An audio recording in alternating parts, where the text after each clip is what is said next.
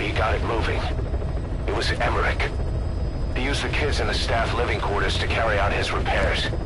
We got the details on tape. You're gonna want to hear this.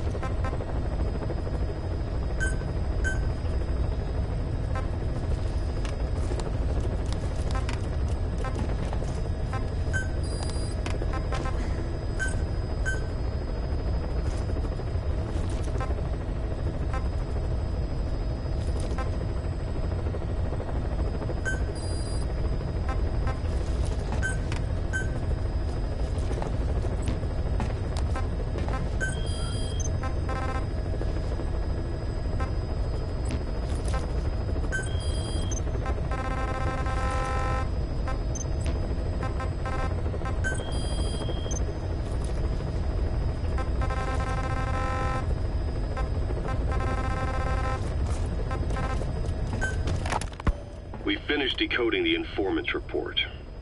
That floating kid we've run into a few times now. Looks like he was a test subject in clinical experiments. The Soviets called him the Third Boy. The Third Boy was brought to a lab on the outskirts of Moscow from Czechoslovakia, after which he was due to be sent to a research center in Leningrad, then Siberia, and finally an academic town in Novosibirsk. It doesn't appear that the researchers witnessed the talents we've seen from him, but nevertheless he was quite the popular subject. His latent cognitive abilities suddenly awoke en route to Moscow. According to the report, the Third Boy was easily influenced by other individuals' biofields. Evil thoughts, in particular. They affected his mind like a virus. Extreme anger or resentment, motives for revenge, in other words. Now, during the transport flight to Moscow, the boy was exposed to a powerful mental energy field coming from a certain individual. Ever since, being conscious of his powers, he's become a sort of energy generator. What's unique about him is the way his acute telepathic abilities get taken over by another person's will. the boy began to physically parasitize individuals experiencing extreme anger and codify the host's desires. This includes amplifying the host's natural strengths. Or, in accordance with the host's desires, he can also implant program code in another individual, making them a puppet, essentially. Human neural synapses transmit weak electrical currents between neurons. These electrical currents, though at a level difficult to observe, warp the magnetic field outside the body. The third boy is able to pick up these weak fluctuations. Contrary to psychotronics, which involves controlling the human mind, his abilities as a receptor are too high. The emotions he picks up from another individual are amplified and unleashed into his body as they recur in his brain.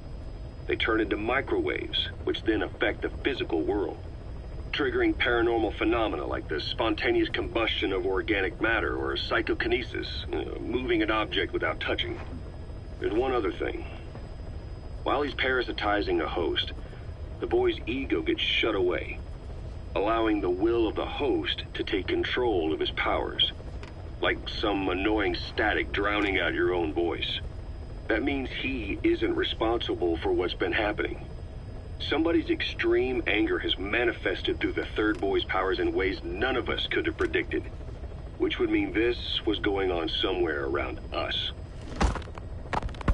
Looking back on it, a lot of things make sense now.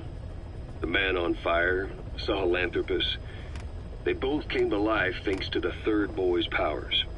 Everything has been happening through him as a catalyst. We first saw him in the hospital on Cyprus. The boy parasitizing the man on fire's desire for revenge gave him his new abilities in return.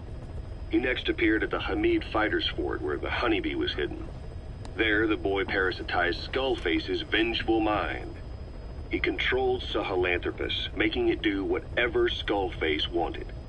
Same goes for when we extracted Emmerich onto the chopper. When he appeared at the Devil's House in Central Africa, Skullface's will controlled the man on fire via the third boy's powers. Everything is clear up to this point. But even the informant couldn't pinpoint who the host was in the cave within Surat power plant. Sahelanthropus suddenly became active, then crushed not only the man on fire, but Skullface as well. Surely neither of them could have been the host. Who else was at that location and bore anger more extreme than either of them? Whose will was controlling Sahelanthropus? According to the report, emotions transmitted in children's brains affect the surrounding magnetic field more strongly. Cerebral nerves are covered with insulation called myelin sheaths to increase impulse speed. The reason for this leakage has to do with the fact that children's myelin sheaths are still developing. So, how many children do you remember being there? Children with a burning desire for revenge and bearing a grudge against you. I can think of only one. Eli. We don't know what kind of life he's had, but the resentment he's shown toward adults is nothing short of extraordinary. The third boy resonated with Eli's mind. And that means Eli bore the strongest animosity of all individuals within the boy's reception range, estimated to be a 3-mile radius, beating out even Volgan and Skullface. The third boy has probably remained hooked on Eli's anger since. You remember at the Devil's House, the third boy showed an interest in Shabani? That must have been his ego making a rare appearance. He may possess abilities far beyond anyone else in the world, but he's still a kid. Maybe them both being kids was enough to bring them together. And if so, maybe with Eli, he isn't feeding off him, but acting in symbiosis with him. So what kickstarted the third boy's powers? If we look at the location and time that his plane went down, we can make a pretty good guess. When the plane experienced the first anomaly, it gave an accurate report of its position to a control tower, due north of the Black Sea, 125 miles east of Kiev. Dead south on the Black Sea is Cyprus's Green Line, so the plane's position was directly north of the hospital where you'd been asleep for 9 years. And this anomaly was reported at exactly the same time that you woke up. The plane was enveloped in flame from the inside out. The fuselage burnt to ashes. There were no survivors, at least not publicly admitted. Your thoughts formed a synchronicity with the boy's psyche and were amplified inside his brain. That would have been more than enough to trigger his abilities. Your rage was like a big bang in his head, blowing the lid off his powers. The boy was then secretly moved to the lab outside of Moscow where Volgin was comatose. There, Volgin's thoughts resonated with the boy and he was awakened. Volgin became the man on fire, hell-bent on getting revenge on you. His instincts led him straight to you. Skullface knew Volgin from Operation Snake Eater, or perhaps from even before. Monitoring this pair of extraordinaries, he discovered the hospital and sent his assassin and XOF. Skullface was probably watching the situation from close by. Then, realizing how useful these two test subjects could be, he approached them. Reacting to Skullface's thirst for revenge, this time the boy let Skullface's will control Volgin. Volgin, at times driven by personal revenge, at times through Skullface's will, kept on moving, though his body was little more than dead meat. Perhaps there were moments where even your thoughts affected him as well. But without the boy's power, it was like the plug had been pulled from the socket. Everything was powered by anger, malice, revenge. This is how the end of the report sums things up. Both the third boy and the man on fire were originally test subjects of paranormal research for military applications, like telekinetically controlling the leader of an enemy nation and making him launch a nuke, or stopping the heart of someone on the wrong side of the Berlin Wall, experimenting with latent human abilities. They were used as tools of the Cold War. The boy's only crime was being born with unique gifts. But he was sacrificed on the altar of war. His life reduced to slavery under other people's wills. Turned into a living weapon with no will of his own. And eventually the only emotion he could feel must have been the desire to get revenge for the hand he'd been dealt. Boss, it's you that awakened the boy's powers. But there's more to it than that. I guess the anger emanating from you was something he could truly relate to.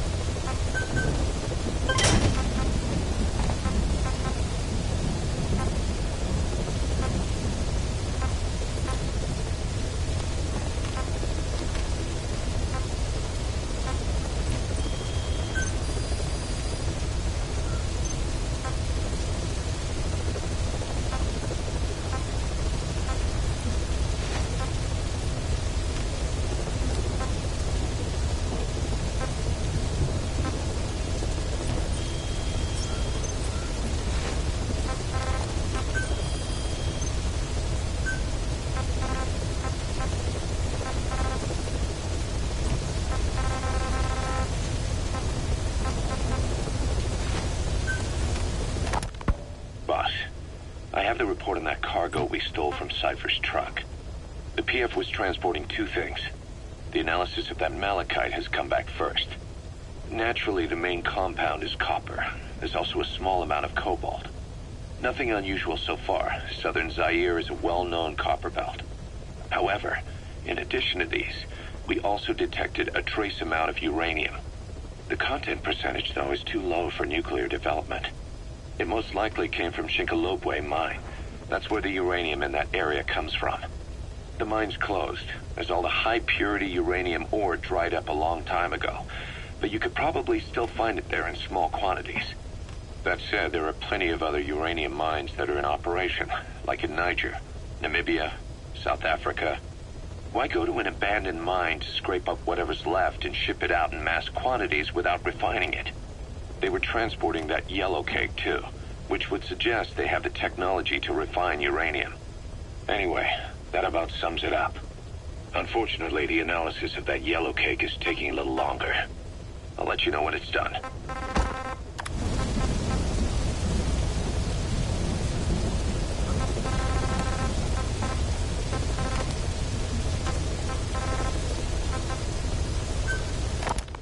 Boss, sorry to keep you waiting. We finally finished analyzing that yellow cake Cypher was moving. There was nothing unusual about the composition of the yellow cake itself. Most of it was oxidized uranium, with the rest being impurities, various metals as well as traces of organic matter. What's interesting is the composition of these impurities.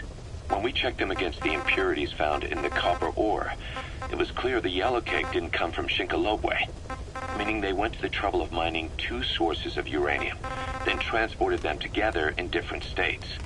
Another thing, we detected a very thin layer of highly enriched uranium in the middle of the yellow cake. Now that is very interesting. It may not be a lot, but it points to the existence of uranium-enriching technology.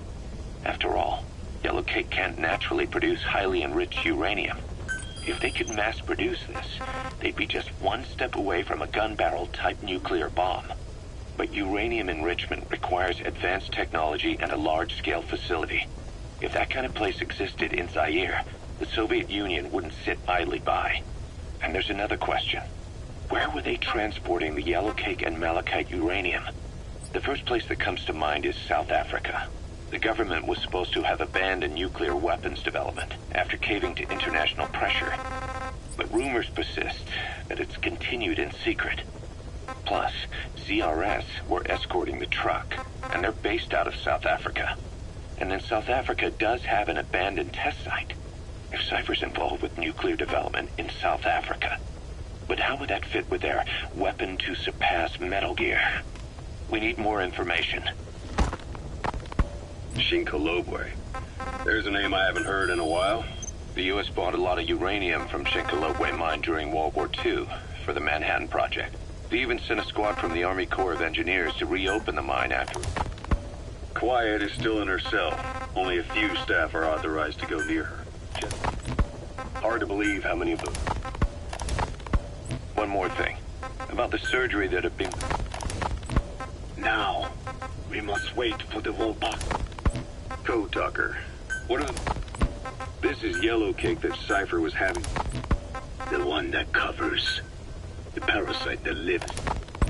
Why activate Sahelanthropus in Afghanistan? This is how Skullface wanted things.